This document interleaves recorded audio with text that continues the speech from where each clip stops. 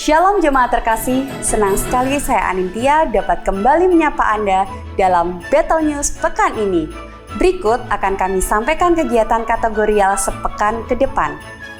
Program Pelita Hidup, suatu program yang membawa kita pada pengenalan akan Kristus, disiarkan melalui YouTube GBI Battle Kelapa Gading setiap hari Senin sampai Sabtu pukul 5 pagi. Ciptakan arena pujian dan penyembahan melalui doa pagi setiap hari Senin sampai Sabtu pukul 6 sampai 7 secara online melalui aplikasi Zoom. Doa malam setiap hari Jumat pukul 7 di gereja lantai 2. Menara doa Sinode GBI setiap hari Sabtu pukul 6 sampai 7 pagi secara online melalui aplikasi Zoom. Menara doa onsite setiap hari Sabtu pukul 9 pagi di gereja lantai 4. Berikut akan kami sampaikan kegiatan kategorial yang dapat jemaat ikuti. Ibadah WBI minggu ini sudah diliburkan dan akan aktif kembali pada Rabu 17 Januari 2024. Minggu depan, ibadah onsite GBI Battle Kelapa Gading tanggal 17 Desember 2023 pukul 8 dan 10 pagi akan dilayani oleh hambanya Pendeta Sandy Sujak dengan tema Penyembahan Sejati. Persiapkan waktu yang terbaik dengan hadir lebih awal sebelum kebaktian dimulai. Setiap hari Minggu pukul 10 pagi ada ibadah Battle Kids. Kami menghimbau para orang tua untuk membawa anaknya dalam ibadah sekolah minggu agar mereka lebih mengenal dan merasakan kebaikan Tuhan. Ibadah Battle Teens dan Battle Youth minggu ini sudah diliburkan dan akan aktif kembali pada bulan Januari 2024. Pada hari Minggu, 17 Desember 2023, Battle Kids akan mengadakan basar penukaran kupon kesetiaan. Maka dari itu, kami mengundang kepada seluruh orang tua untuk mengajak anak-anaknya mengikuti acara ini. Kolekte khusus Natal dilakukan pada minggu kedua dan 3. Bagi Bapak Ibu yang terbeban memberikan kolekte Natal, dapat melakukannya secara tunai dengan menggunakan amplop Natal yang telah disediakan. Namun, jika melalui transfer, dapat menggunakan rekening umum di BCA atau bisa scan kris yang tersedia di depan bangku Bapak Ibu sekalian. Dengan menyertakan keterangan persembahan Natal, atau bisa juga dengan memasukkan kode 1 di belakang nominal yang ingin diberikan.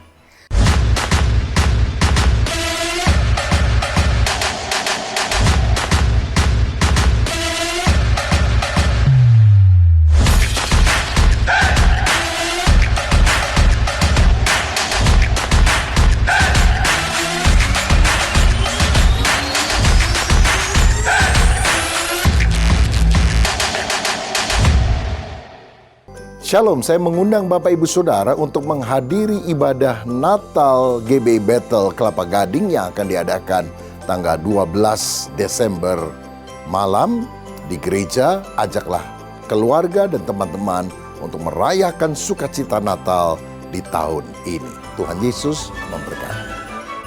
Demikianlah rangkaian kegiatan ibadah sepekan ke depan. Jika Anda membutuhkan informasi selengkapnya, dapat dilihat melalui Instagram GBI Battle Jakarta. Selamat berakhir pekan dan jangan lupa untuk tetap senantiasa mengutamakan Kristus dalam setiap kehidupan kita. Tuhan Yesus memberkati.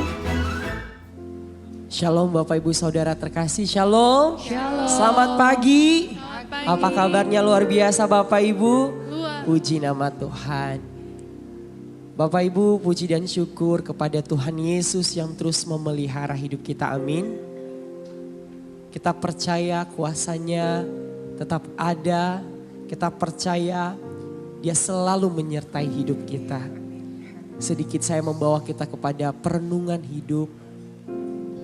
Hari ini kita sudah memasuki bulan Desember, bulan yang penuh sukacita di mana bersama-sama dengan umat percaya di seluruh muka bumi, kita akan memperingati kelahiran Juru Selamat Tuhan Yesus penebus dosa kita.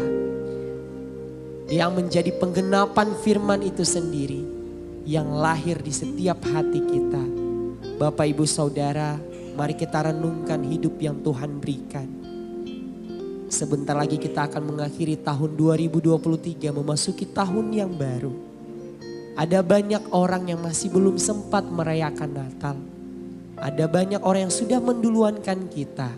Namun kita diberi kesempatan oleh Sang Pencipta untuk melakukan dan melaksanakan visi Tuhan yang masih Tuhan percayakan bagi setiap kita. Tak ada kata yang tidak membuat kita bersyukur. Kita mesti bersyukur, kita patut bersyukur atas pemeliharaan Tuhan yang sempurna atas kita. Oleh karena itu mari kita datang menghampiri tata Allah dengan hati yang rindu. Dengan kerendahan hati kita mau hampiri tata Tuhan yang Maha Kudus. Kita mau bersyukur bersama-sama, kita mau memuji Tuhan. Mari kita tinggikan Dia. Terima kasih Tuhan Yesus, penyertaan-Mu yang sempurna atas setiap kami. Kami percaya Engkau Allah Immanuel, Allah yang menyertai hidup kami. Suka maupun duka yang kami alami, Kau menjadi saksi perjalanan hidup kami. Dan kami mau tetap berserah memanggil nama-Mu. Sebab kami bersyukur apa yang Tuhan berikan bagi setiap kami. Apa yang boleh kami nikmati, apa yang boleh kami terima, dan apa yang boleh kami alami. Kami kembalikan sebagai ucapan syukur di hadapan-Mu Tuhan. Kami mau hampiri tata-Mu Tuhan dengan kerinduan hati kami. Terima kasih Tuhan. Terima kasih Lord. Haleluya. Oh,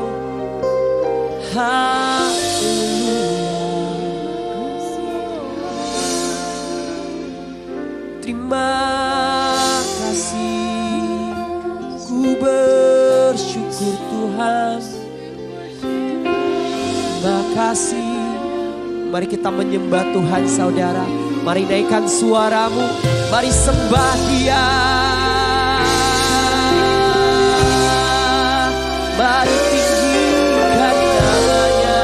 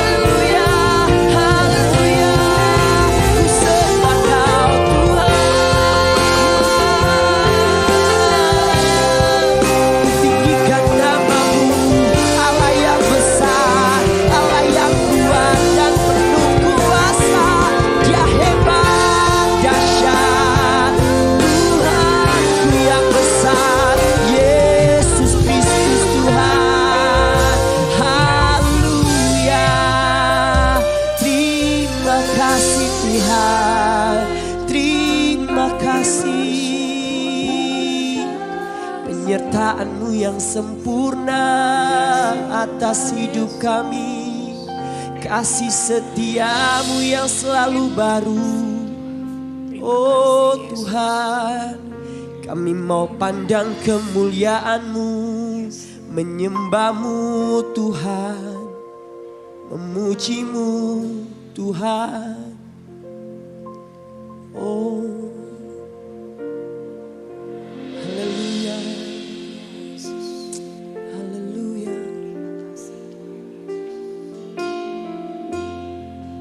Amin, amin. Ku pandang kemuliaan-Mu,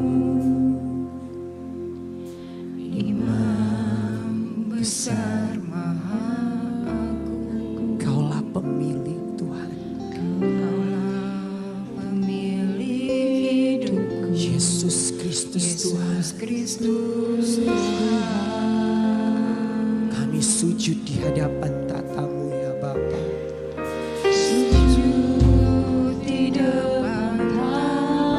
Taklukkan seluruh hidup kami. Sebab di dalam tangan-Mu Tuhan.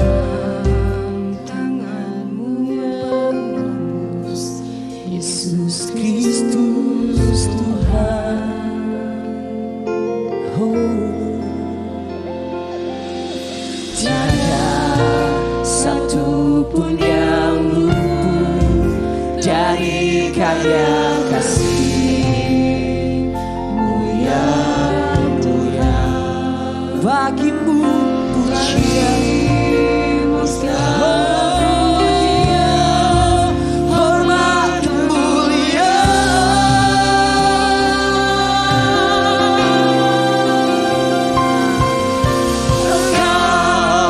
Tuhan ku tinggikan, yang bangkit dan menang, Yesus Kristus Tuhan. Raja mulia dan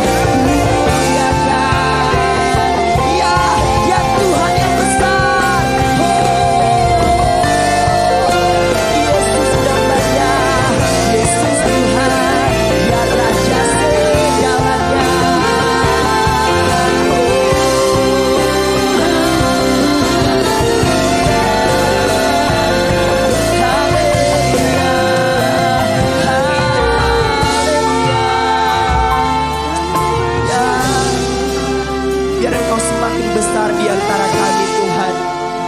Kau semakin mulia di hadapan kami Tuhan. Sungguh besar kasih-Mu bagi setiap kami. Penyertaan-Mu sempurna atas hidup kami. Engkau Allah yang setia dalam hidup kami. Apapun keadaan kami dan situasi yang kami alami, Tuhan tetap beserta dengan kami. Yang membuat kami semakin cinta akan Tuhan kami Yesus Tuhan. Ya, terima kasih Tuhan. Haleluya. Haleluya. Haleluya. Mari lebih lagi saudara kita menyembah Tuhan. Mari tinggal di dalam hadirat-Nya. Hadirat-Nya yang kudus.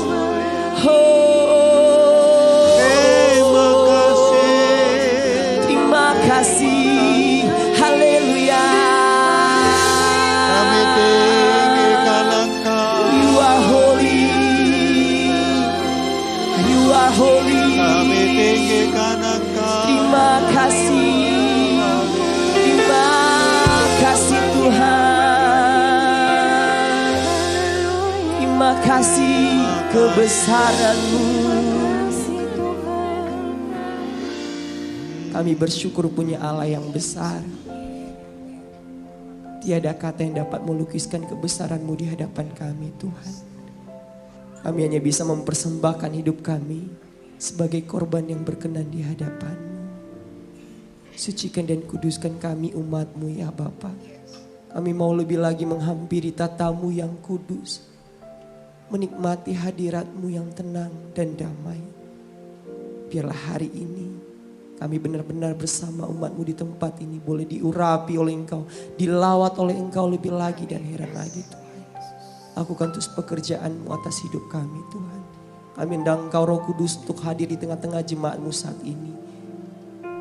Biarlah nama Tuhan saja yang dipermuliakan. Kami mau lebih lagi Tuhan bersorak memuliakan nama-Mu. Biarlah Engkau yang dipandang di pagi hari ini sebagai Allah yang besar di tengah umat-Nya. Dalam nama Yesus kita yang percaya bersama dengan saya sama-sama katakan Amin. Amin. Kita beri tepuk tangan buat Tuhan kita Bapak Ibu Saudara. Coba lihat kanan kirinya, sampaikan kata-kata berkat. Kamu keren hari ini. Kamu luar biasa hari ini dan kamu akan diberkati hari ini. Karena kita mau nyanyi puji Tuhan. Juru selamat yang telah lahir bagi setiap kita.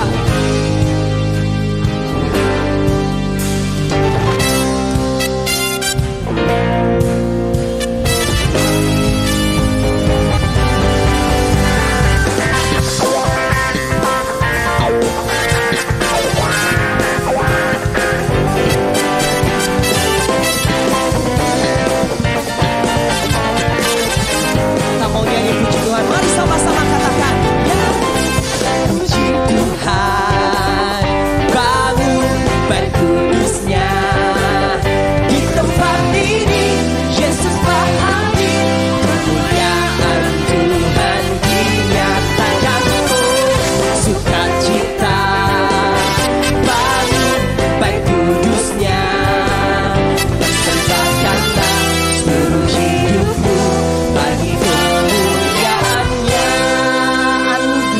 saudara, anugerahnya bagimu, kasihnya dicurahkan, sambutlah dia juru selamat, bersoraklah nyanyi puji Tuhan, bangun bait kudusnya. Di tempat ini Yesus hadir, kemuliaan Tuhan dinyatakan. Sukacita, bangun bait kudusnya. Persembahkanlah seluruh hidupmu bagi kemuliaan-Nya.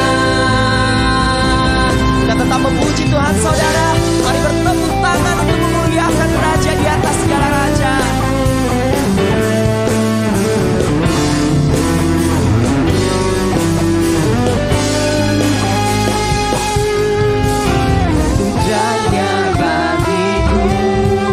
Kasihnya dicurahkan, sambutlah dia juru selamat, bersorak bersoraklah, bersoraklah, bersoraklah, nyanyi, nyanyi, puji Tuhan. Bangun di tempat ini, GBI Betel Kelapa Gading, Tuhan hadir, amin. Kemuliaan Tuhan dinyatakan, oh sukacita. Bangun baik kudusnya, persembahkanlah seluruh hidupmu bagi kemuliaannya. Persembahkanlah seluruh hidupmu bagi kemuliaannya. Persembahkanlah seluruh hidupmu bagi kemuliaannya.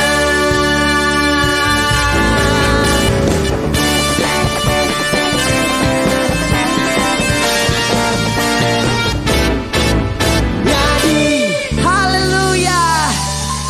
Sekali lagi saya mau ngajak jemaat sekalian, lihat kanan kiri, katakan Tuhan kita tiada yang menandingi. Dia luar biasa, tak tertandingi Yesus Kristus Tuhan. Dia Allah atas hidup kita, amin. Woo!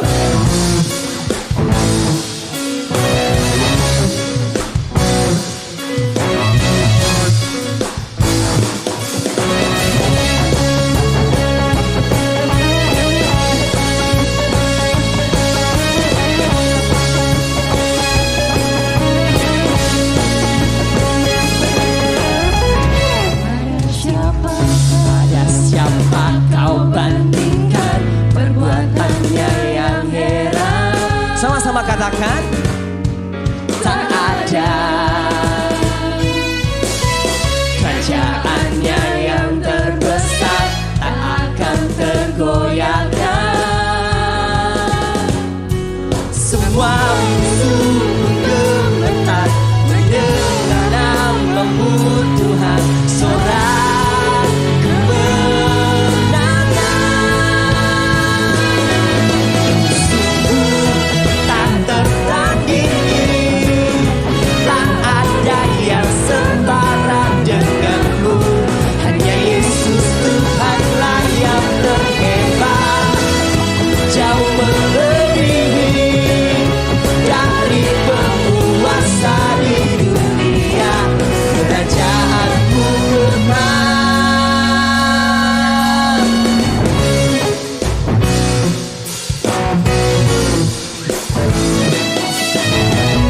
Pada siapa kau bandingkan perbuatannya yang heran? Tak ada kerajaannya, kerajaannya yang terbesar, tak akan tergoyahkan. Mari sama-sama katakan, semua musuh gemetar mendengar namamu Tuhan, sorak kemenangan. Sungguh tak tertandingi, tak ada yang setara denganmu. Hanya Yesus Tuhanlah yang terhebat, jauh melebihi dari penguasa di dunia. Kerajaanmu kekal. Bapak Ibu, kalau kita nyanyi setengah-setengah kayak seolah-olah Tuhan kita memang tertandingi. Oleh karena itu mari kita buktikan, mari kita angkat tangan kita di atas kepala dua-duanya. Mari tepuk tangan meriahkan Tuhan kita tak tertandingi, amin. Mari sama-sama, 1, 2, 1, 2, 3, go. Sungguh, amin. Kita bangga punya Allah saudara. Hanya Yesus Tuhanlah yang terhebat. Lebih lagi, jauh melebihi dari penguasa di dunia. GBI Betel Kelapa Gading, mari sama-sama katakan, sungguh tak tertandingi, tak ada yang setara denganmu. Hanya Yesus Tuhanlah yang terhebat, jauh melebihi dari penguasa di dunia. Kerajaanmu kekal.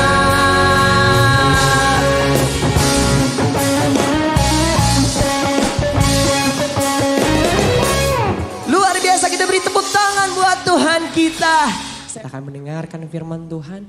Mari kita siapkan hati kita lebih lagi. Terima kasih Tuhan Yesus.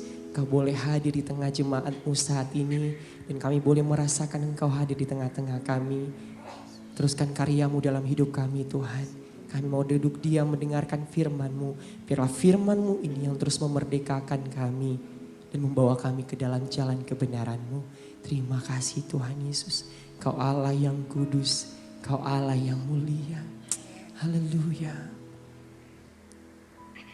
You are holy, holy, Lord, there is none like you. You are holy, holy, Glory to you, my Lord. Sing again. You are holy, holy, Lord, there is none like you. You are holy, holy, glory to you, my Lord.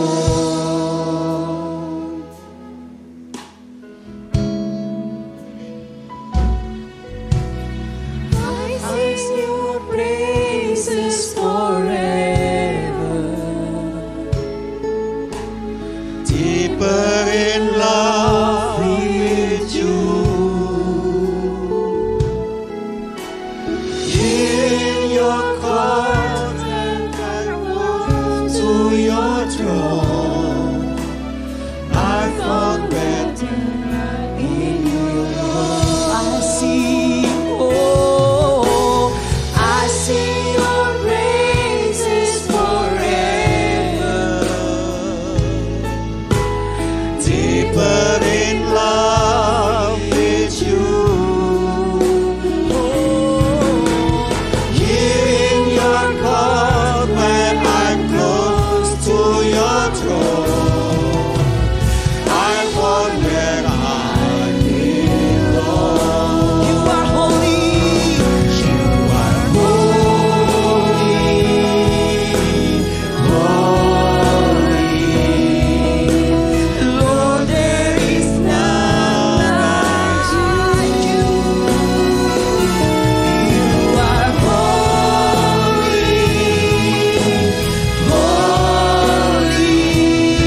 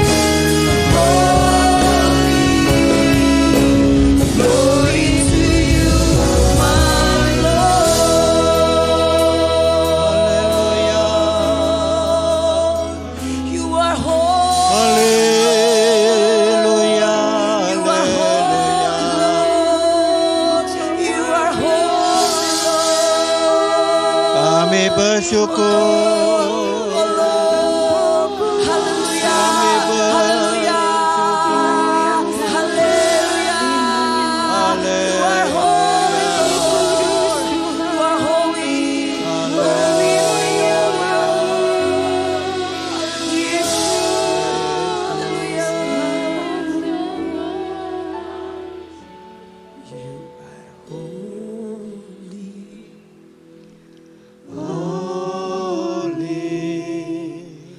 Lord, there is none like you. You are holy, holy. Glory to you, my Lord. Sing again. You are holy, holy.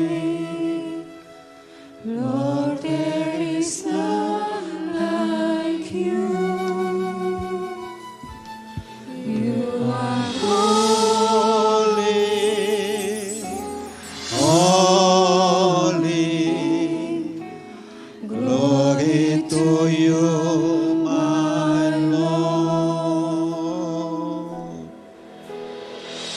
I sing your praises forever,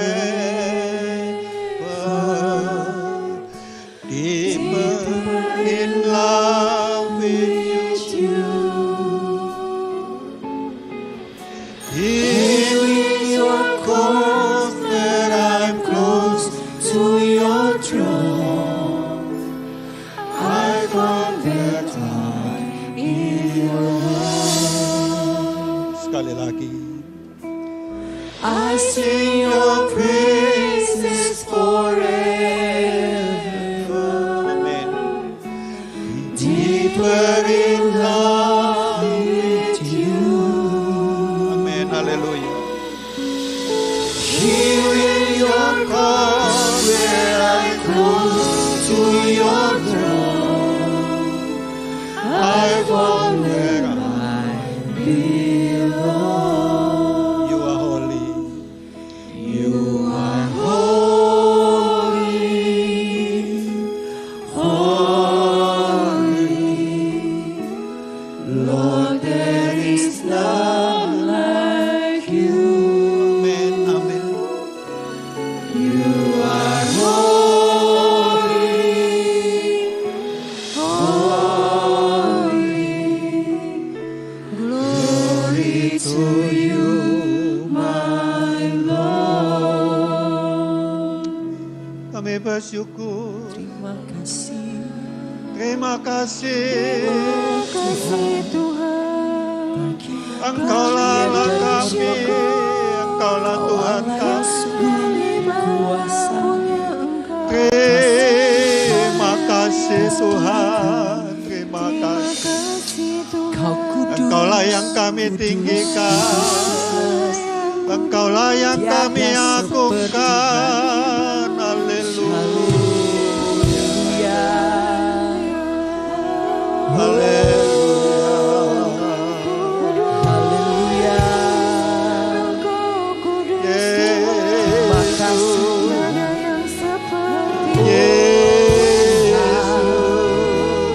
Puji muliakan nama-Mu, tinggikan diri-Mu selalu.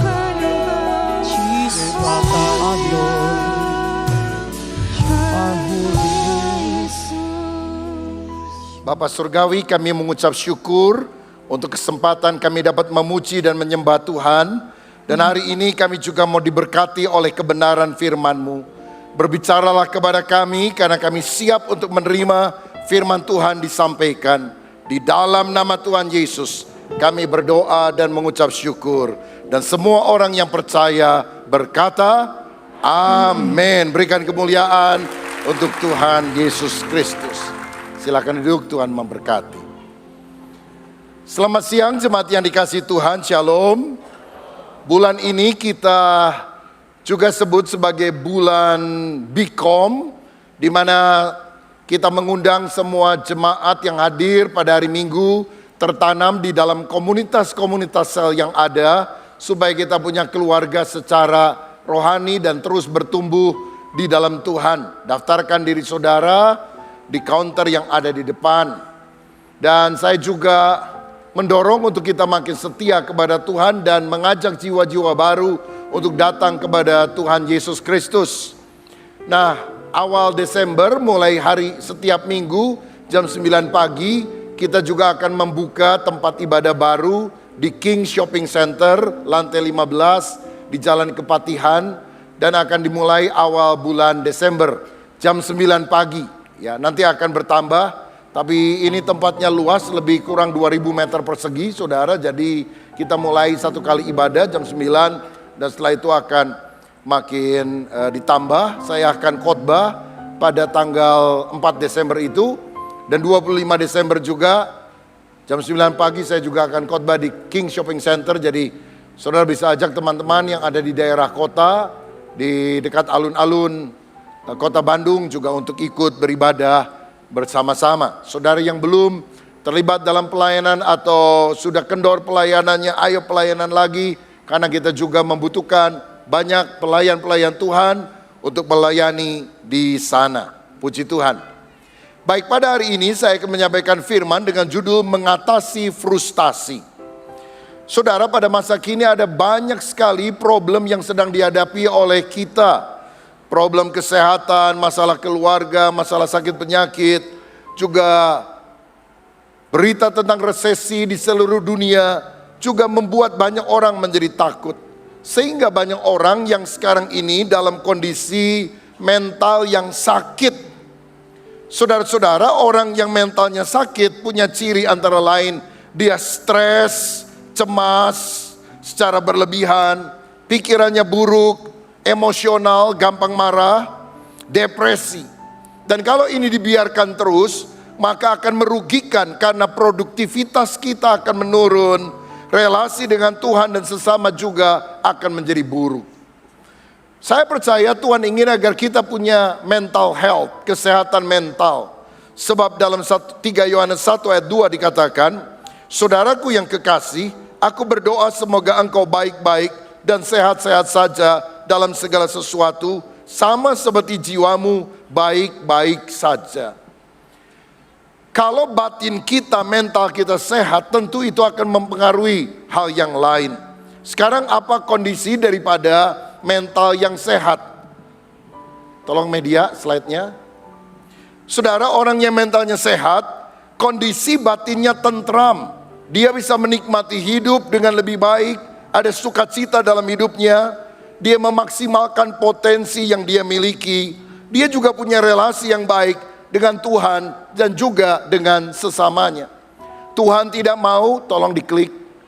Tuhan tidak mau kita punya mental yang sakit, tapi punya mental yang sehat, supaya kita makin bertumbuh di dalam Tuhan. Saya ingin memberikan contoh orang yang mentalnya sakit, yaitu Raja Saul. Apa cirinya? Saul adalah orang yang hidup dalam ketakutan. Dia takut posisinya sebagai raja direbut oleh orang lain, khususnya Daud. Dia iri karena orang-orang memuji dia, hebat. Saul mengalahkan ribuan orang, tapi Daud mengalahkan puluhan ribu orang. Akibatnya dia sering marah, memusuhi Daud yang tidak ada salahnya, ingin menyakiti, bahkan berkali-kali ingin membunuh Daud. Dia lemparkan lembingnya, ingin menancapkan Daud.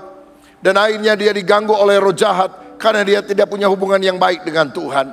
Betapa tragis orang yang mentalnya sakit. Sebaliknya, contoh orang yang mentalnya sehat adalah Daud. Cirinya dia bisa mengendalikan emosinya. Dia tidak mau menyakiti orang lain, apalagi membunuh. Satu kali ketika Daud dikejar-kejar oleh Saul dan anak buahnya, Saul dan anak buahnya terlalu lelah, lalu tertidur tanpa diketahuinya bahwa Daud dan anak buahnya sembunyi di sebuah gua yang dekat sekali dengan itu. Dan Daud punya kesempatan untuk membunuh. Dan panglimanya bilang, Tuhan telah menyerahkan Raja Saul ke dalam tanganmu, bunuh dia. Tapi Daud bilang apa? Jangan mengusik orang yang diurapi oleh roh Allah. Daud tidak punya keinginan untuk membalas yang jahat dengan yang jahat. Dia mengampuni, tidak dendam. Dia mengasihi, tetap berbuat baik walaupun orang berbuat jahat kepada dia. Dia punya hubungan yang baik dengan Tuhan dan sesama. Saya percaya kita tidak mau seperti Raja Saul yang ditinggalkan oleh Tuhan dan diganggu oleh roh jahat dan mati dengan cara yang tragis. Tapi kita mau hidup seperti Daud yang menyukakan hati Tuhan karena dia memiliki kondisi mental yang sehat. Nah, saya percaya bahwa penting sekali bagi kita sekarang punya batin yang sehat di tengah tantangan, sehingga kita bisa mengatasi frustasi dalam kehidupan kita. Banyak orang sekarang frustasi dalam banyak keadaan. Frustrasi saya definisikan sederhana, perasaan kecewa, marah, putus asa karena apa yang diharapkan tidak menjadi kenyataan. Saudara mungkin mengharapkan usaha kita lancar, ternyata ada orang yang tidak bayar hutang dan usaha kita gulung tikar. Itu bisa membuat frustrasi. Ada orang muda ingin masuk ke sekolah unggulan tertentu tapi tidak diterima, bisa frustasi. Ada orang yang sakit, berdoa, berusaha, pergi ke dokter tapi tidak kunjung sembuh. Dan akhirnya dia bisa frustasi. Frustasi artinya perasaan kecewa, bahkan marah, putus asa. Karena impian kita, cita-cita kita, harapan kita tidak bisa kita realisasikan, tidak menjadi kenyataan. Bagaimana kita bisa mengatasi frustasi? Menurut saya, jalan keluar yang terbaik untuk setiap masalah adalah menghadirkan Tuhan dalam setiap aspek kehidupan kita. Dalam Roma 8 ayat 28 firman berkata, kita tahu sekarang bahwa Allah turut bekerja dalam segala sesuatu untuk mendatangkan kebaikan bagi mereka yang mengasihi Dia, yaitu bagi mereka yang terpanggil sesuai dengan rencana Allah. Allah harus menjadi pribadi yang pertama dan terpenting dalam hidup kita, karena pemecahan setiap masalah itu adalah Tuhan Allah. Kejadian 1 ayat 1, ayat pertama dalam Alkitab berbunyi, pada mulanya Allah menjadikan langit dan bumi. In the beginning, God. Kalau saudara sakit, pada mulanya obat, ke dokter, atau berdoa kepada Allah. Kalau saudara nggak punya uang, pada mulanya ngutang, atau berdoa, minta hikmat dan petunjuk Allah.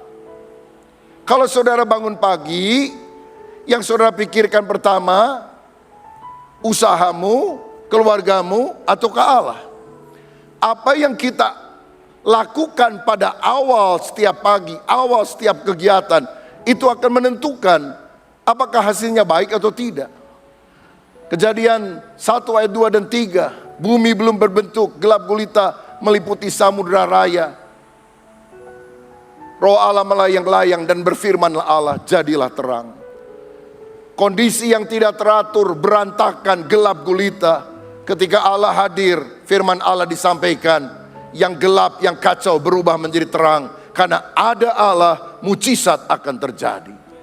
Hadirkan Tuhan dalam kehidupan kita. Dalam Amsal 3 ayat 6 firman berkata, akuilah Dia, Tuhan Allah dalam segala lakumu, maka Dia akan meluruskan jalanmu. Orang frustrasi karena berfokus kepada diri. Orang mendapatkan kekuatan karena dia berfokus kepada Tuhan. Saudara-saudara, saya percaya kalau Tuhan terlibat, Dia bisa membuat yang buruk menjadi baik. Saya teringat sebuah cerita lama, ada seorang petani miskin yang punya 1 ekor kuda. Dan satu kali kudanya laki hilang, dicari nggak ketemu, tetangganya datang, aduh malang sekali nasibmu, punya kuda cuma 1, hilang lagi. Tapi orang ini bilang, saya tahu Tuhan bekerja mendatangkan kebaikan. Kebaikan apa? Kata tetangganya, kamu udah kehilangan kuda, tapi minggu depannya kudanya balik lagi, bawa 1 ekor kuda betina liar dari hutan. Rupanya seminggu ngilang, cari jodoh di hutan, lalu setelah seminggu diperkenalkan kepada calon mertua supaya disetujui. Kira-kira seperti itu, saudara. Oh, akhirnya petani ini bersyukur dan tetangganya bilang, kamu untung sekali ya. Apa saya bilang? Tuhan bekerja mendatangkan kebaikan. Saya sekarang punya 2 kuda. Satu kali anak laki-laki daripada petani miskin ini menaiki kuda tersebut, kuda liar dari hutan, untuk menjinakkannya. Tapi kuda ini meronta-ronta, anaknya jatuh, kakinya diinjak oleh kaki dari kuda tersebut. Akhirnya pincang. Tetangga bilang, sial sekali ya, gara-gara kuda ini maka anakmu akhirnya pincang. Petani bilang, kita nggak tahu, tapi aku yakin Allah bekerja untuk mendatangkan kebaikan.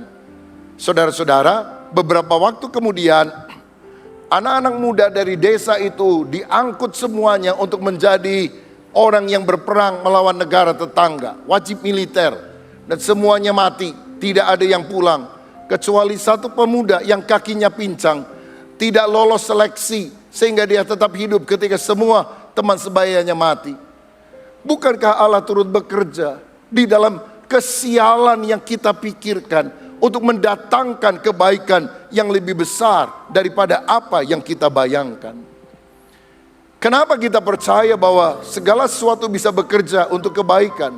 Karena ada Allah yang terlibat di dalamnya. Siapakah Allah? Alkitab berkata Allah adalah kasih. God is love. Allah adalah kasih. Saudara-saudara, kasih itu bukan cuma sifat Allah.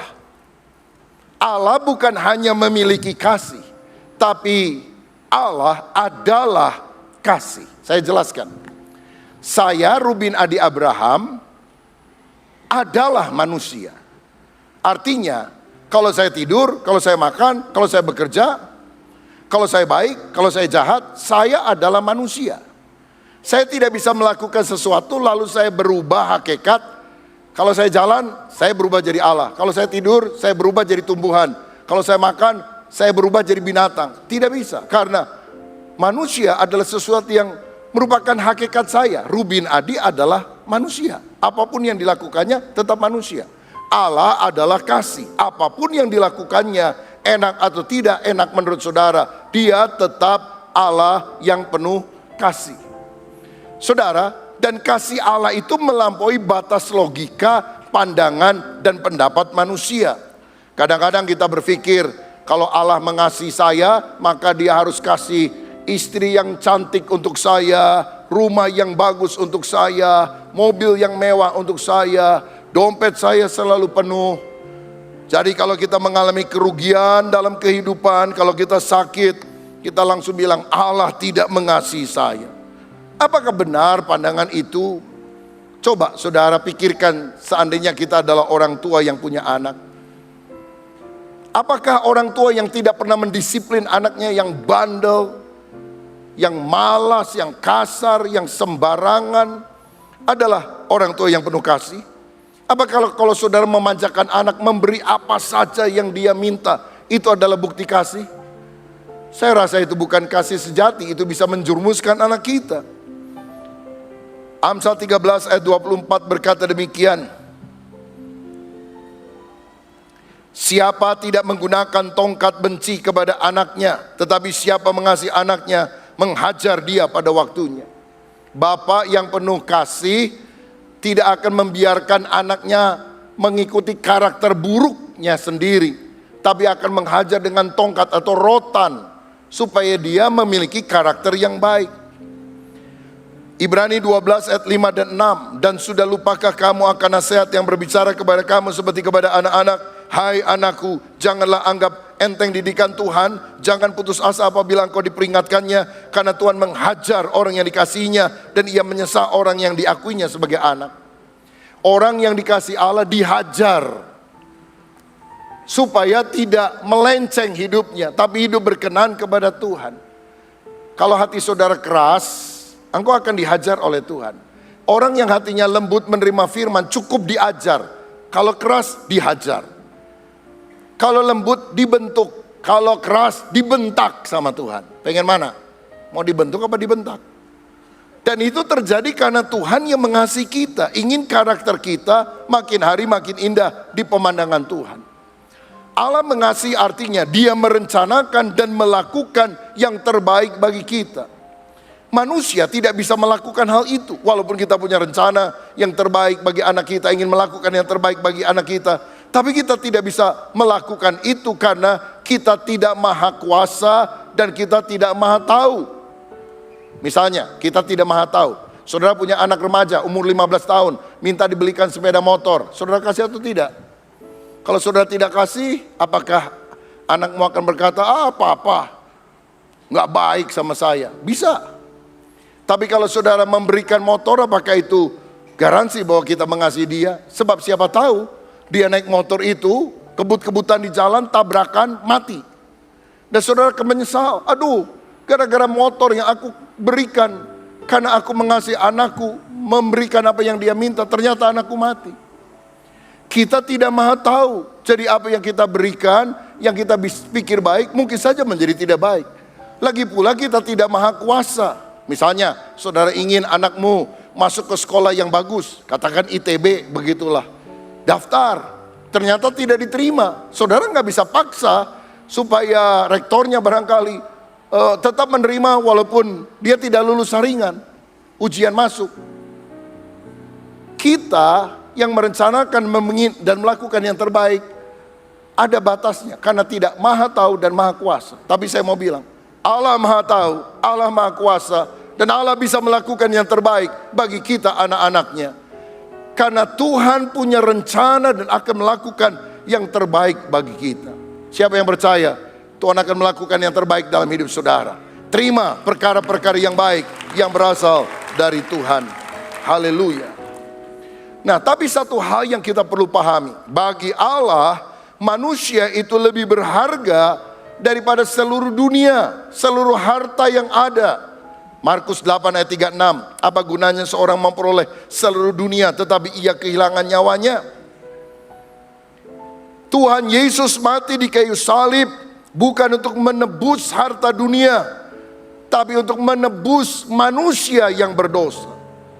Tahukah saudara, di hadapan Tuhan, satu orang pengemis itu lebih berharga dari 1000 mobil Ferrari dan Lamborghini. Kalau saya tawarkan kepada saudara, pilih mana?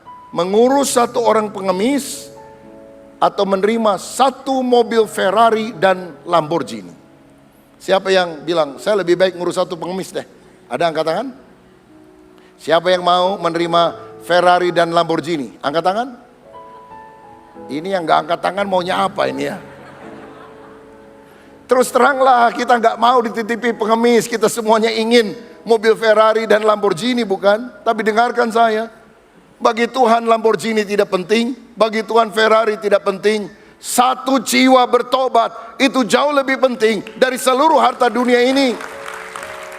Sorga bersukacita, Bapa bersukacita, bukan karena kita bisa bangun rumah besar, punya mobil bagus, punya tas merek Hermes misalnya.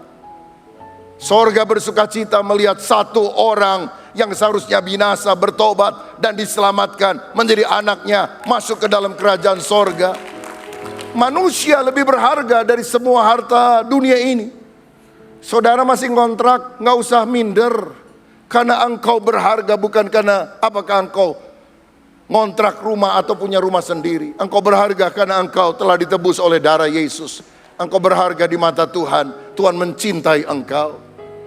Tapi masalahnya begini saudara sekalian, seringkali kita memiliki standar yang berbeda. Kita lebih menghargai barang daripada orang. Seringkali kita marah, rela menyakiti hati orang lain, mungkin suami kita, istri kita, orang tua kita, anak kita, teman kita. Karena mungkin tanpa sengaja dia merusak mobil kita. Tanpa sengaja mungkin dia menjatuhkan motor kita, sehingga motor kita rusak.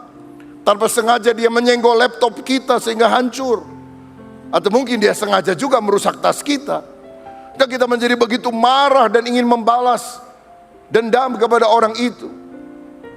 Tahukah saudara, motor, mobil, laptop, tas nggak ada artinya di hadapan Tuhan. Tuhan lebih menghargai manusia daripada tas saudara, mobil saudara, sepatu saudara, pakaian saudara. Dan Tuhan seringkali menggunakan apa yang sangat berharga bagi kita, tapi tidak ada artinya bagi Tuhan itu dibandingkan dengan orang yang kita sakiti. Kita lebih rela memaki orang, pada Tuhan lebih menghargai orang yang saudara sakiti dengan kata-kata yang kasar itu. Dan melihat hal ini, Tuhan sebetulnya bisa memakai kehilangan sesuatu yang berharga bagi kita untuk kebaikan yang lebih besar, agung dan mulia di dalam rancangannya. Misalnya kehilangan harta. Bukankah Allah itu maha tahu? Kalau misalnya si A dikasih harta yang banyak luar biasa, dia lupa diri, lupa daratan, malah hartanya digunakan untuk macam-macam hal yang buruk, main perempuan, narkoba dan sebagainya, lalu mati masuk neraka. Bukankah lebih baik jika si A ini diambil hartanya agar dia kemudian bertobat, lahir baru dan percaya kepada Yesus lalu masuk surga? Hartanya mungkin dicuri orang, dia ditipu oleh mitra kerjanya, atau kebakaran dia alami padahal asuransi belum diperpanjang sehingga tidak diganti. Apakah Tuhan tahu hal ini? Ya tentu dia tahu, dia maha tahu. Dan Tuhan tahu juga bahwa saudara bisa marah kepada dia. Kenapa Tuhan Engkau izinkan semuanya diambil daripadaku? Kok Engkau jahat? Tapi Tuhan diam.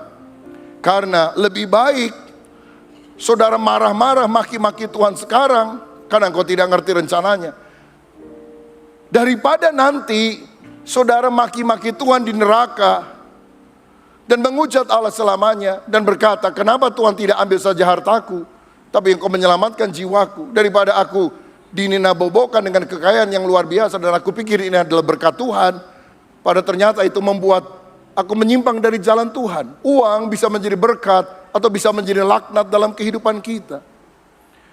Peristiwa buruk itu, kebakaran, dicuri, ditipu, itu bukan dari Tuhan. Tapi Tuhan bisa mengizinkan itu terjadi demi kebaikan yang lebih besar menurut pemandangan matanya. Saya tahu bahwa Allah itu memagari hidup anak-anaknya sesuai dengan Ayub 1 ayat 10. Tetapi kadang-kadang Allah mengizinkan hal yang tidak enak masuk dalam kehidupan kita untuk maksud baik, yaitu memurnikan kita. Seperti Ayub, 10 anaknya mati, seluruh hartanya habis, badannya penuh dengan bisul-bisul. Tapi Ayub bilang, Tuhan tahu jalan hidupku. Seandainya ia menguji aku akan timbul seperti emas. Dan karena dia lulus ujian, Tuhan memberkati double porsi. Dia punya harta 2 kali lipat lebih banyak dari sebelumnya. Dan dia mendapatkan 10 anak lagi. Sehingga 10 anak ada di sorga, 10 anak ada di dunia bersama dengan dia. Tapi lewat proses yang tidak nyaman, Tuhan mengerjakan sesuatu yang lebih indah. Saudara percayalah, Allah bisa mengubah hal yang buruk untuk menjadi berkat bagi kita. Penderitaan adalah berkat Allah yang menyamar. Seperti Yusuf yang dibenci oleh saudaranya, dimasukkan dalam sumur yang tak berair, dijual sebagai budak ke Mesir.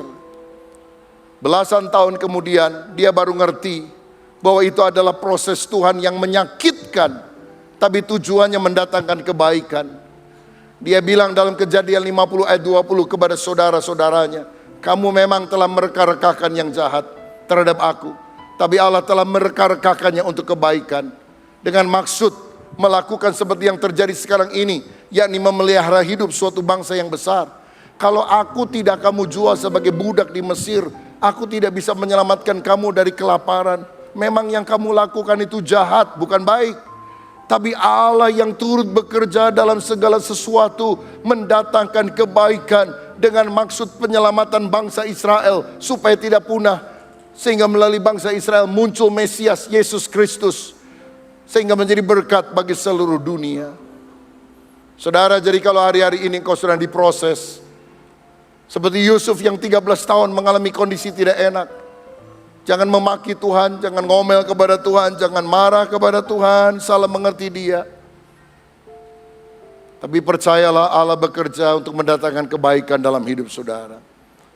Kalau saudara mengerti prinsip ini, engkau tidak gampang frustasi. Kenapa orang frustrasi? Keinginan saya tidak terlaksana. Kemauan saya, cita-cita saya tidak tercapai. Saya. Fokuslah kepada Tuhan. Tuhan, rencanaku boleh gagal. Rencanamu aku yakin tidak akan pernah gagal. Lakukan apa yang kau pandang baik, Tuhan. Yang baik di matamu, bukan baik di mataku. Engkau tidak akan frustrasi, tapi engkau akan belajar bersyukur dan punya hati tabah dalam segala perkara. Jadi kalau ada kehilangan harta, belum tentu karena Tuhan jahat kepada saudara.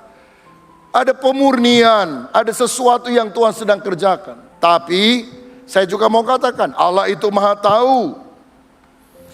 Kalau dia melihat si A misalnya dikasih sedikit harta, ya biasa saja. Tapi jika hartanya ditambah, kasih berkat, dia jadi saluran berkat lebih luar biasa. Makin ditambah loh saudara. Yang Tuhan gak suka itu orang serakah. Saya. Tuhan gak suka. Tapi kalau Tuhan memberkati, disalurkan. Memberkati, disalurkan. Kita jadi orang yang tahu terima kasih. Terima kasih. Terima kasih. Terima berkat, kasih berkat. Itu berkat Tuhan akan dipercayakan. Siapa setia dalam perkara kecil, Tuhan akan beri tanggung jawab dalam perkara besar. Saya melihat orang-orang yang hatinya generous, murah hati, menopang pekerjaan Tuhan. Di masa sulit pun Tuhan angkat. Di masa sulit pun Tuhan akan buka jalan. Petani yang berhenti menabur akan berhenti menuai. Tapi petani yang tetap menabur bahkan pada masa kering, dia tidak akan henti-hentinya menuai berkat yang berasal dari Tuhan. Orang yang hatinya untuk diri sendiri.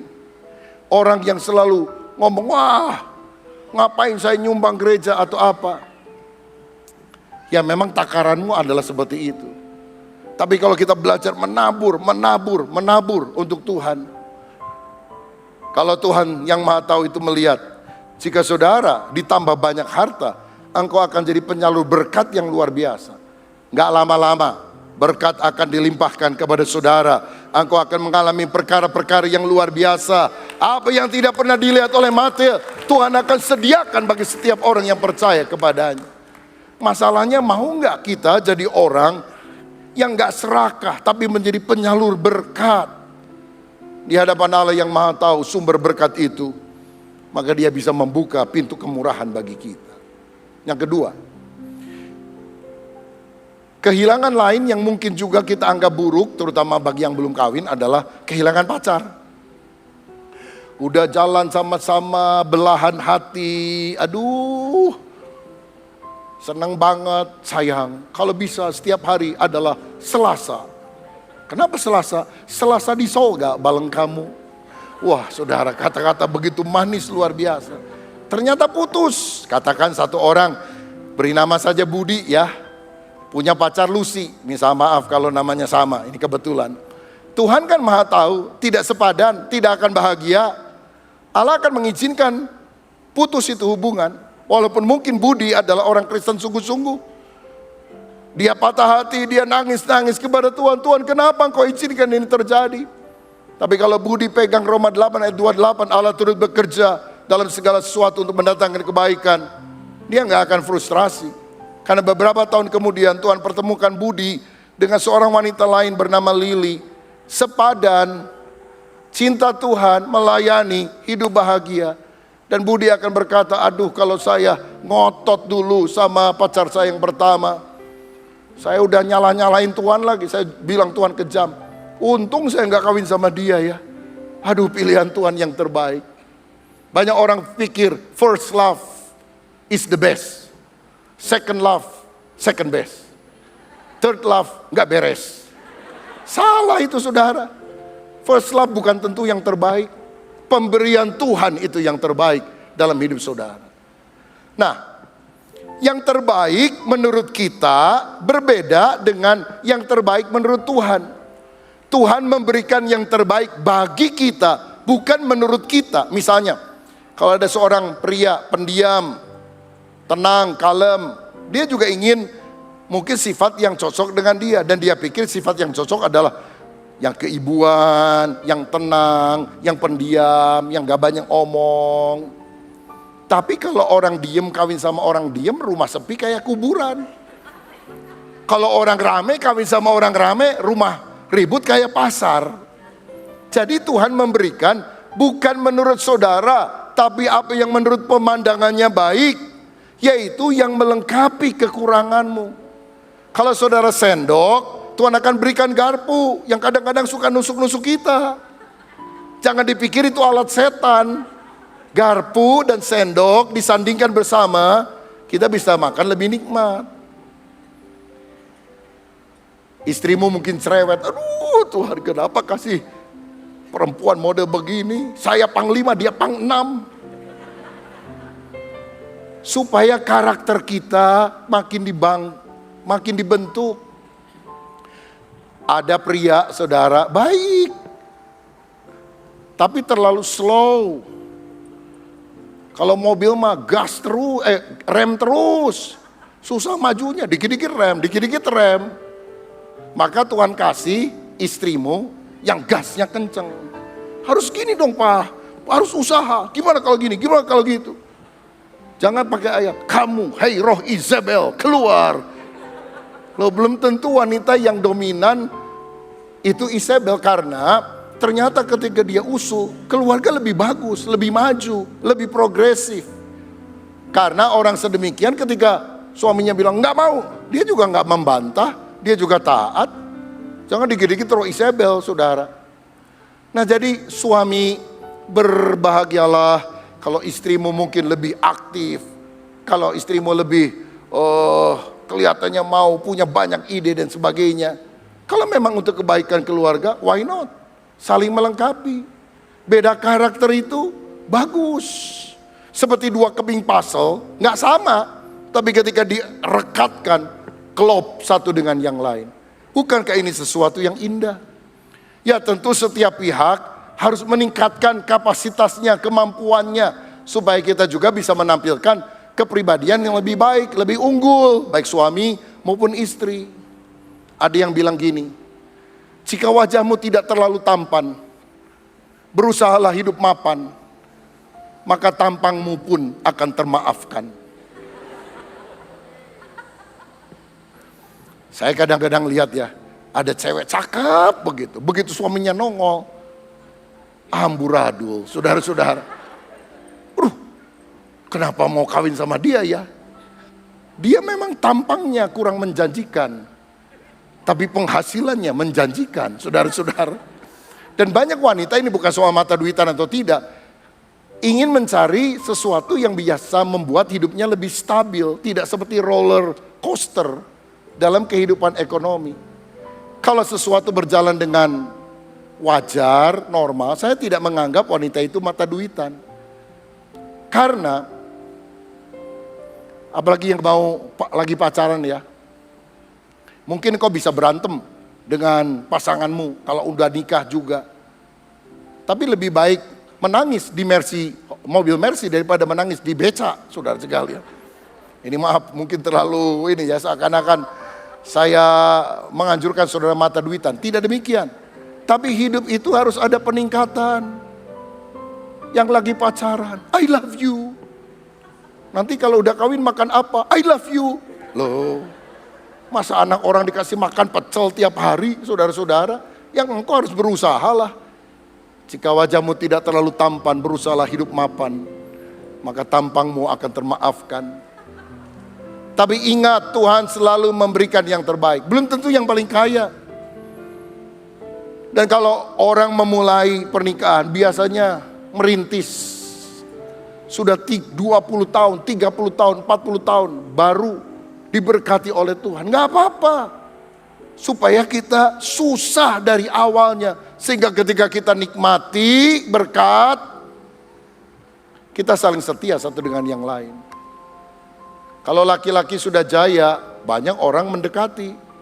Coba kalau 30 tahun yang lalu gak punya apa-apa, lagi kere, mau dia mendekati? Bukankah ada istri yang setia, yang mau menerima kita dari awalnya? Itulah yang terbaik yang Tuhan berikan bagi kita. Dan saya mau bilang, kalau sudah nikah, yakinlah pasanganmu adalah jodoh yang terbaik dari Tuhan. Meskipun dia cerewet, punya kekurangan sana sini, tapi Tuhan izinkan itu untuk membentuk karakter saudara. Istrimu cerewet, supaya suami lebih sabar. Wow, dia suka kamu. Supaya saudara suaminya lebih mengasihi.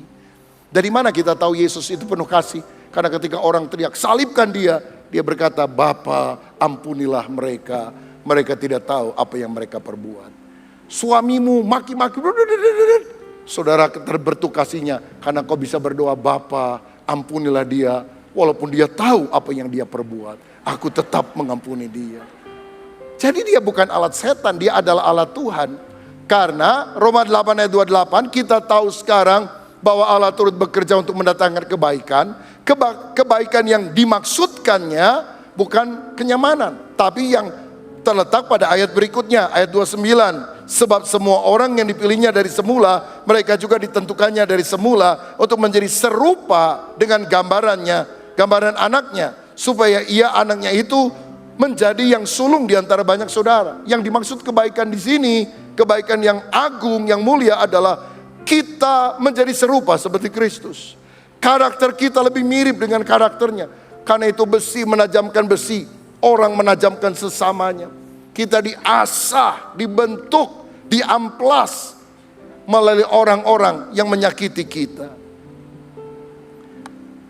Yang ketiga, yang terakhir, kehilangan fungsi tubuh, walaupun kita anggap sebagai tragedi, ternyata Allah bisa bekerja untuk mendatangkan kebaikan. Matius 5 ayat 29-30. Maka jika matamu yang kanan menyesatkan, engkau cungkilah dan buanglah itu, karena lebih baik bagimu jika satu dari anggota tubuhmu binasa daripada tubuhmu dengan utuh dicampakkan ke dalam neraka. Dan jika tanganmu yang kanan menyesatkan engkau, penggalah, buanglah itu, karena lebih baik bagimu jika satu dari anggota tubuhmu binasa daripada tubuhmu dengan utuh masuk neraka.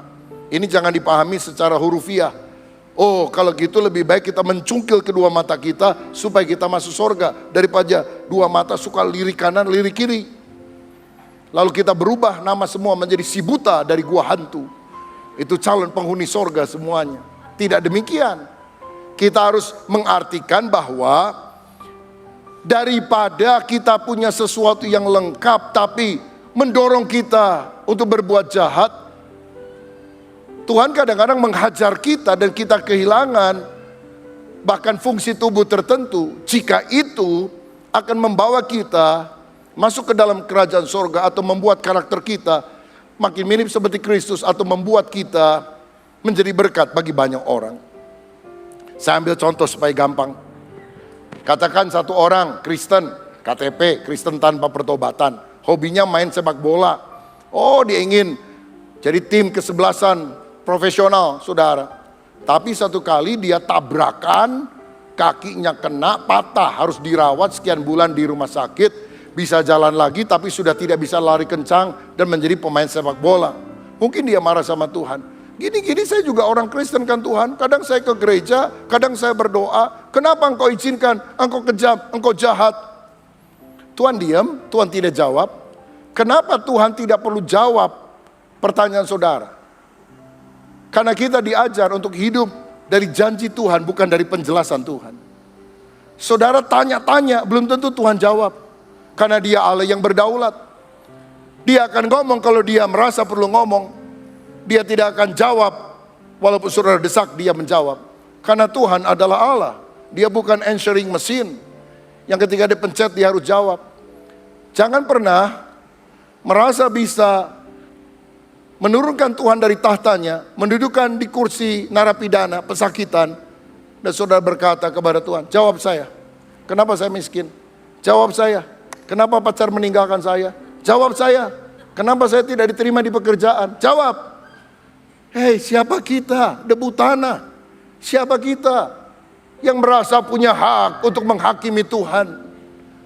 Kita menyebut dia guru, tapi kita seringkali menggurui Tuhan. Tuhan, kalau engkau baik kan kudu kia, mestinya begini. Emang siapa kita? Hiduplah dari janji Tuhan, aku menyertai kamu senantiasa. Bukan dari penjelasan Tuhan. Aku nggak ngerti, tapi aku percaya. Itulah iman yang sejati. Pemain sepak bola ini juga mengeluh kepada Tuhan. Tuhan diamkan. Sampai beberapa tahun kemudian, dia jadi anak Tuhan, lahir baru, mendengar firman, dan ngerti Yohanes 13 ayat 7, apa yang pernah dikatakan Yesus. Apa yang ku perbuat engkau tidak tahu sekarang, tapi engkau akan mengertinya kelak. Oh, aku nggak ngerti kenapa aku nggak bisa jadi pemain sepak bola. Tapi hanya dia lebih dekat kepada Tuhan. Dan dia rasa Tuhan panggil untuk masuk sekolah Alkitab. Dia belajar di sana.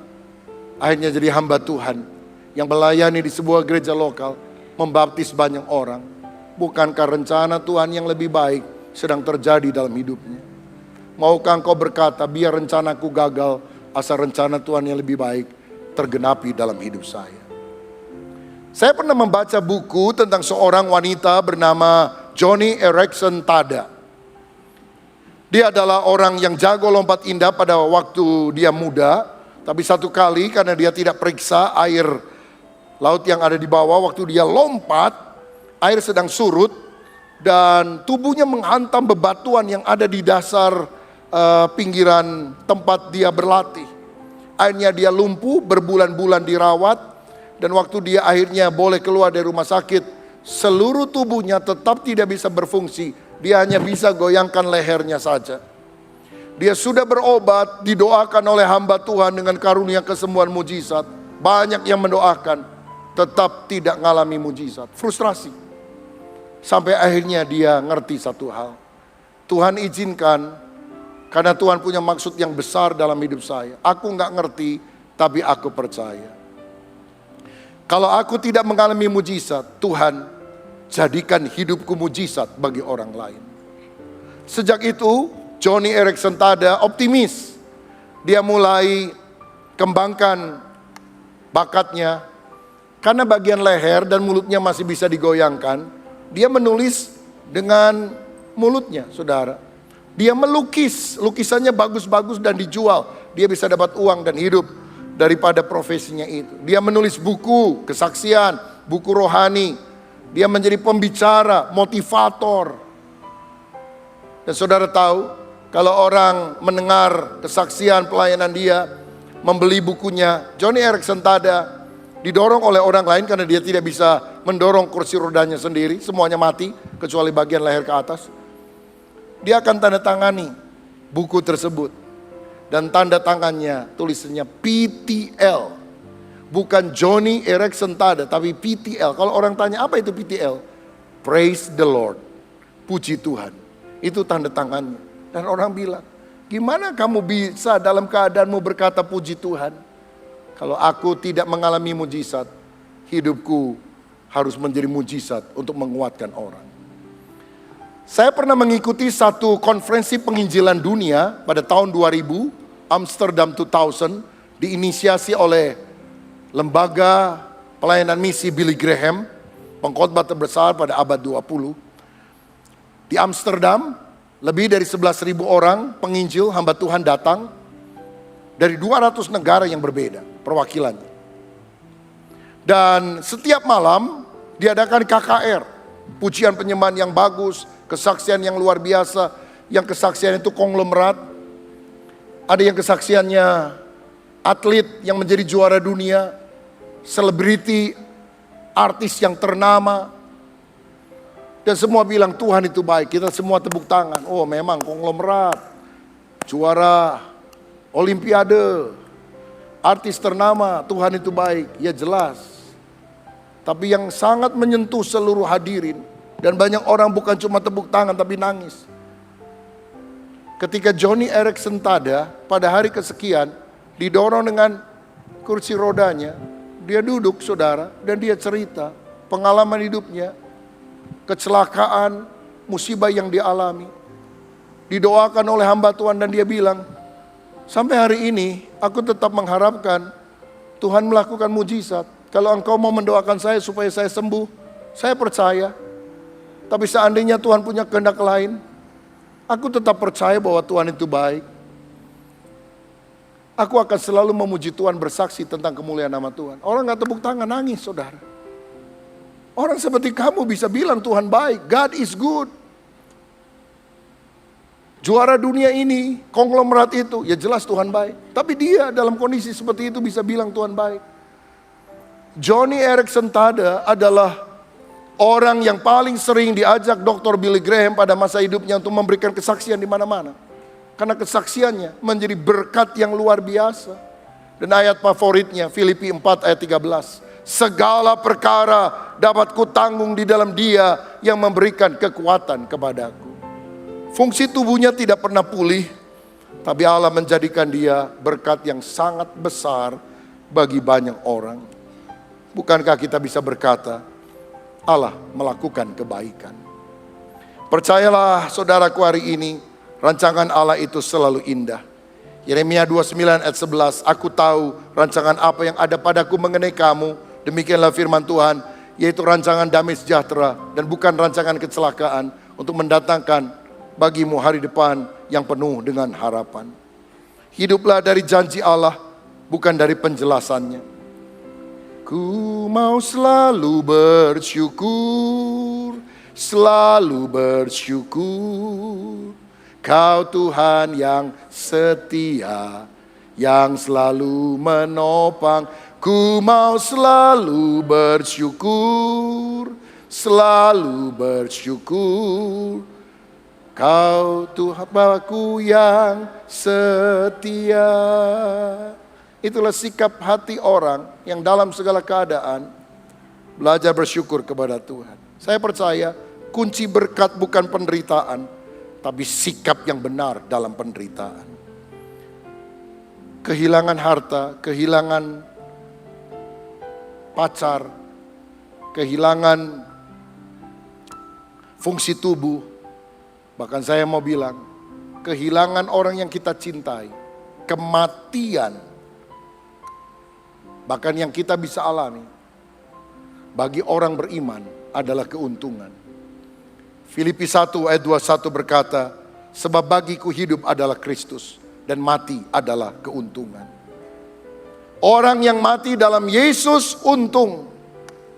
Walaupun saudara kaya raya, pada waktu engkau mati, bubur mengalir tak henti-hentinya, kuaci sampai 5 ton disediakan, teh kotak tidak pernah surut, selalu disajikan kepada semua orang.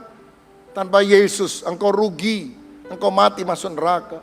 Walaupun engkau hidup sederhana, beli peti untuk pemakaman pun kita nggak punya uang, keluarga kita terbatas. Tapi kalau engkau percaya kepada Yesus, engkau adalah orang yang beruntung. Wahyu 14 ayat 13 berkata, dan aku mendengar suara dari sorga berkata, tuliskanlah, berbahagialah orang-orang mati. Kau orang mati bahagia ya? Siapa orang mati yang bahagia? Berbahagialah orang-orang mati yang mati dalam Tuhan.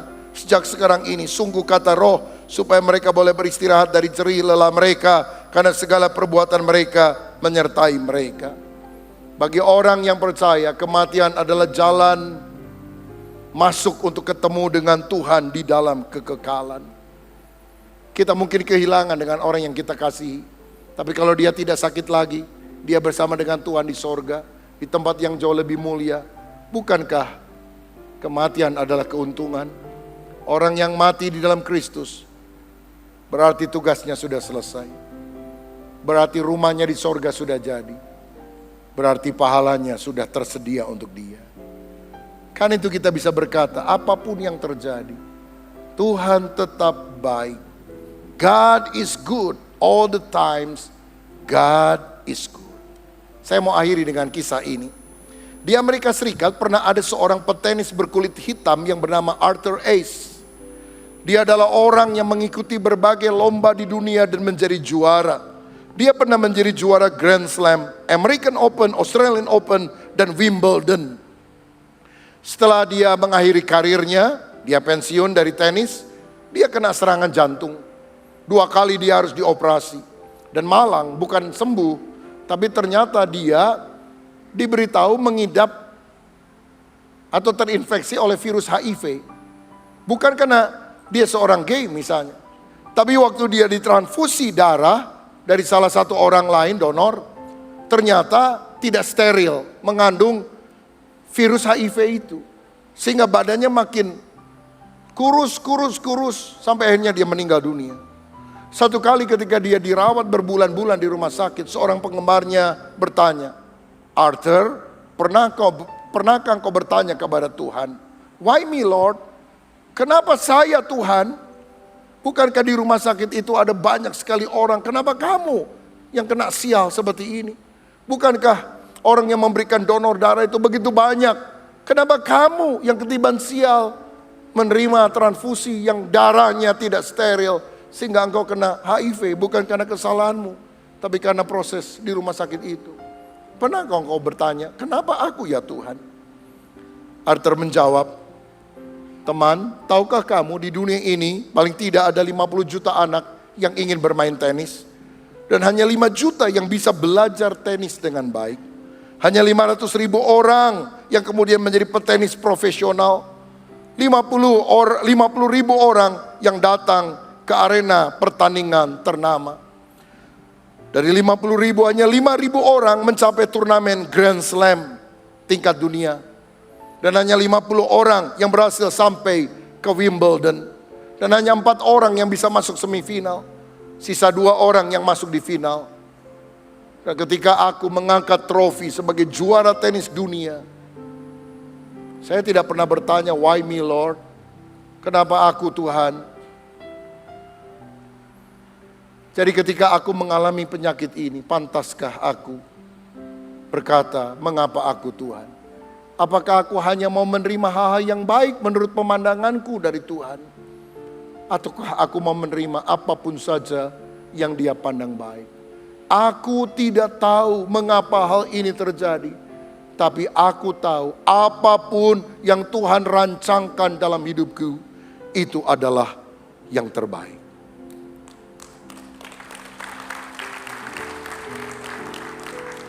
Tuhan begitu sayang kepada saudara. Walaupun kadang kau tidak sayang kepada Tuhan, Dia tetap sayang kepada saudara. Walaupun kadang-kadang engkau malas berdoa, membaca firman, datang ke gereja, tidak melunturkan kasih sayang Tuhan kepada kita. Mungkin engkau yang kurang mengasihi Tuhan, tapi Tuhan tidak akan beranjak. Dia tetap mengasihi kita. Dan bukti kasih terbesar, Dia telah mengorbankan putra tunggalnya mati di kayu salib bagi kita orang berdosa. Karena begitu besar kasih Allah akan dunia ini, sehingga dikaruniakannya anaknya yang tunggal. Jangan mencoba mengganti ayat itu dengan kalimat lain dalam hatimu. Karena begitu besar kasih Allah akan diriku, sehingga dikaruniakannya rumah yang bagus untuk saya, mobil yang mewah untuk saya, uang yang banyak untuk saya. Semuanya fana, tidak penting di mata Tuhan. Kematian Yesus di atas kayu salib adalah pengorbanan yang paling luar biasa. Itulah bukti kasih Allah terbesar. Mungkin engkau kurang mengasihi Tuhan, tapi Tuhan sangat mengasihi engkau. Dia selalu berkata, marilah kepadaku, jalin relasi yang akrab dengan aku. Waktu kita berdoa, membaca firman, beribadah, terlibat, hadir punya komunitas seperti Bikom, engkau akan mulai lebih merasakan kasih Tuhan. Bukan karena Tuhan tambah mengasihi saudara. Kasih Tuhan bagaikan air terjun yang tak habis-habisnya mengalir. Selama ini engkau datang dengan ember tertutup dan engkau tidak merasakan kasih Allah. Tapi ketika engkau membuka bejana hatimu, mengizinkan aliran air itu mengalir dalam hidup saudara, engkau tahu God is love, God is good. Engkau tidak akan frustrasi apapun yang terjadi, karena percaya rancangan Tuhan adalah yang terbaik. Tuhan Yesus memberkati.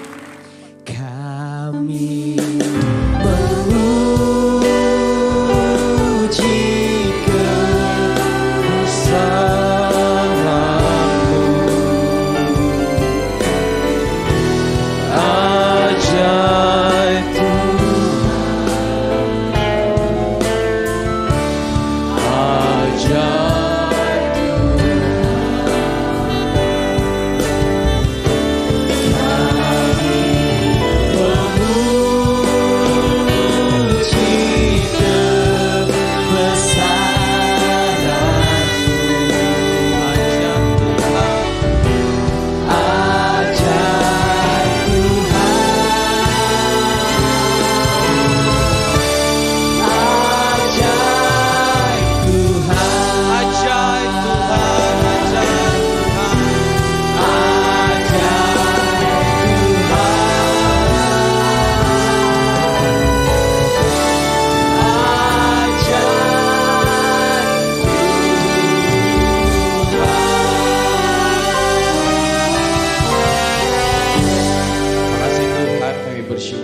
punya Bapa seperti Engkau Yesus. Allah yang sungguh ajaib, Allah yang sungguh dahsyat, Allah yang sungguh hebat dalam hidup kami.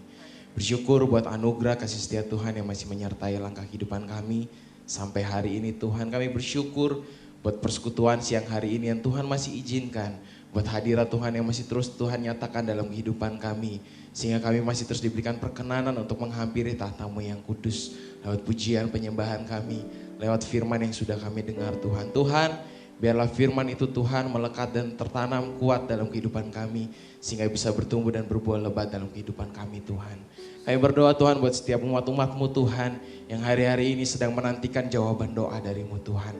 Mereka sedang berharap akan apa yang sedang mereka gumuli Tuhan. Tuhan, kami serahkan di dalam nama Yesus. Apapun yang sedang mereka berdoakan Tuhan, apapun yang sedang mereka gumulkan Tuhan. Kami percaya Tuhan jawab tepat pada waktunya. Tuhan jawab sesuai dengan rencana kehendak Tuhan dalam kehidupan kami Tuhan. Dan kami percaya Tuhan bahwa kehendak rencana Tuhan masih belum selesai dalam kehidupan kami sampai hari ini Tuhan. Terima kasih Tuhan, terima kasih. Terus tuntun sertai langkah kehidupan kami. Kami bersyukur juga Tuhan buat gereja kami di tempat ini Tuhan. Tuhan, kami bersyukur buat komunitas tempat ini Tuhan. Kami bersyukur Tuhan masih melihat, Tuhan masih ada di tempat ini Tuhan. Tuhan masih memberikan perkenanan-Mu buat komunitas gereja kami tempat ini Tuhan. Tuhan, biarlah kasih setia Tuhan, terus damai sejahtera Tuhan mengalir buat gereja kami tempat ini Tuhan. Tuhan, kami juga mau berdoa buat tim gembala kami Tuhan. Dari Opa Julius, Pak Ruwin sampai Pak Suwito Tuhan berkati dimanapun mereka berada Tuhan. Kesehatan Tuhan terus sertai Tuhan, berikan kesehatan yang berlimpah Tuhan.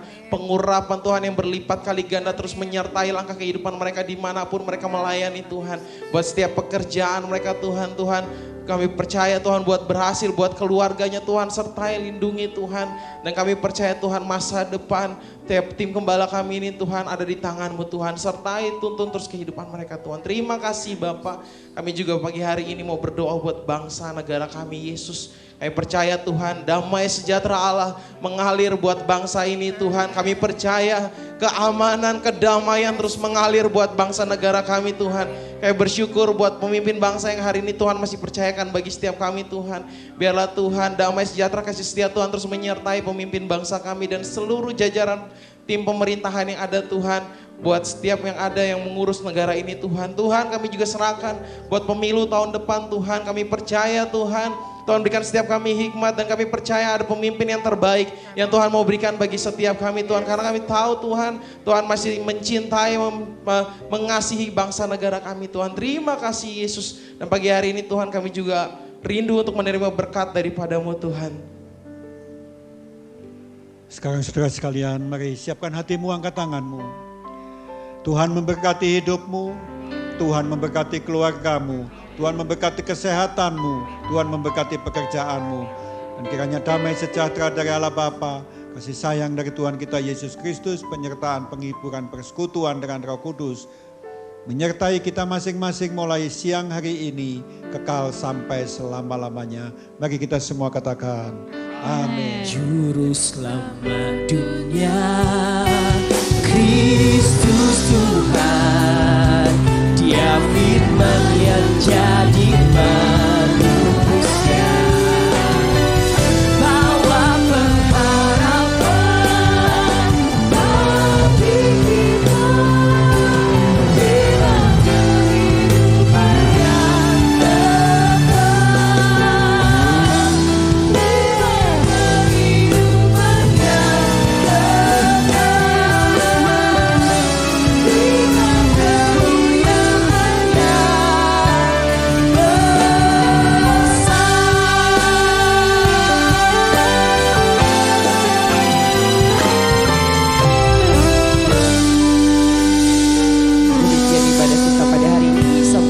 di ibadah minggu depan. Selamat berakhir pekan dan Tuhan Yesus memberkati.